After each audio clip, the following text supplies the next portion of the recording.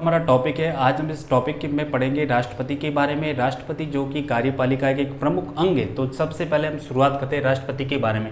राष्ट्रपति जो होता है भारत का प्रथम क्या कहलाता है? नागरिक कहलाता है। दूसरा लिखा है राष्ट्रपति तीनों सेनाओं का सर्वोच्च सेनापति होता है। मतलब सेनाएं कितनी होती है? तीन, जल, थल और नभ सेनाओं का सर्वोच्च सेनापति कौन होगा? राष्ट्रपति होगा।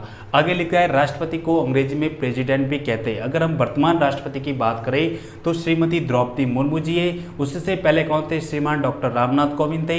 उससे पहले अगर बात करें तो श्रीमान प्रणब मुखर्जी थे। भारत के प्रथम राष्ट्रपति की बात करें तो श्रीमान डॉक्टर राजेंद्र प्रसाद थे। भारत की प्रथम महिला राष्ट्रपति की बात करें तो श्रीमती प्रतिभा पाटिल थी। आगे देखते हैं राष्ट्रपति जो होता है कार्यपालिका का प्रमुख क्या होता है? अंग होता है। ठीक है, कार्यपालिका का काम क्या होता है कि व्यवस्थापिका ने जो कानून बनाया है उसको लागू करने का अधिकार किसको है? कार्यपालिका को है। तो कार्यपालिका क्या हो गया? राष्ट्रपति का प्रमुख क्या है? अंग है। सबसे पहले हम जानते हैं राष्ट्रपति के प्रमुख अनुच्छेद के बारे में। सबसे पहला अनुच्छेद लिखा है अनुच्छेद 52। अनुच्छेद 52 ये कहता है कि भारत का एक क्या होगा? राष्ट्रपति का पद होगा। अनुच्छेद 53 में लिखा है कि संघ की जो कार्यपालिका शक्तियां जो होती है और किस में निहित होगी?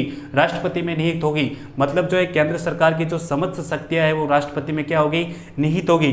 अनुच्छेद 54 ये कहता है कि राष्ट्रपति का निर्वाचक मंडल, राष्ट्रपति का निर्वाचक मंडल का मतलब होता है कि राष्ट्रपति के चुनाव में कौन कौन से सदस्य भाग लेते हैं। सबसे पहला लिखा है लोकसभा के निर्वाचित सदस्य, दूसरा लिखा है राज्यसभा के निर्वाचित सदस्य और तीसरा लिखा है राज्य विधानसभा के निर्वाचित सदस्य भी इसमें भाग लेते हैं। लेकिन एक 17वां संविधान संशोधन हुआ था, उसमें लिखा हुआ है कि दिल्ली व पुडुचेरी के निर्वाचित सदस्य भी राष्ट्रपति के चुनाव में क्या करेंगे? भाग लेंगे।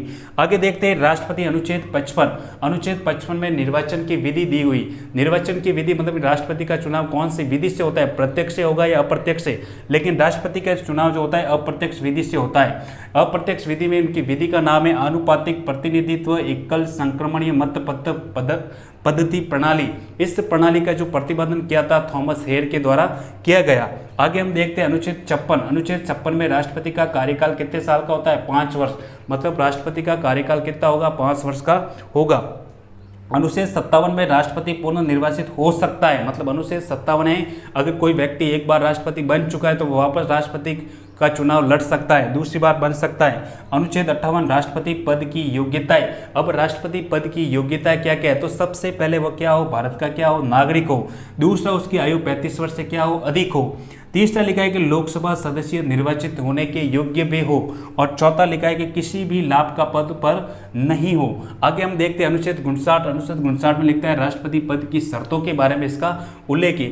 अनुच्छेद 60 ये कहता है राष्ट्रपति का शपथ। राष्ट्रपति की शपथ का उल्लेख कौन से अनुच्छेद में दिया गया है? तो कौन सा? अनुच्छेद 60। सर्वोच्च राष्ट्रपति को शपथ कौन दिलाता है? तो सर्वोच्च न्यायालय के जो मुख्य न्यायाधीश या वरिष्ठ न्यायाधीश के द्वारा राष्ट्रपति को शपथ दिलाई जाती है। अनुच्छेद 61 ये कहता है कि राष्ट्रपति को हटाने की जो विधि है वो महाभियोग विधि। मतलब महाभियोग का मतलब होता है अगर किसी राष्ट्रपति के द्वारा संविधान का अतिक्रमण या उल्लंघन करता है तो राष्ट्रपति को हम हटा सकते हैं। अनुच्छेद 62 में नए राष्ट्रपति का चुनाव जो है कार्यकाल समाप्त होने से पहले किया जाना चाहिए। ठीक है, महत्वपूर्ण तथ्यों की बात करें, राष्ट्रपति कार्यपालिका का संवैधानिक प्रमुख होता है।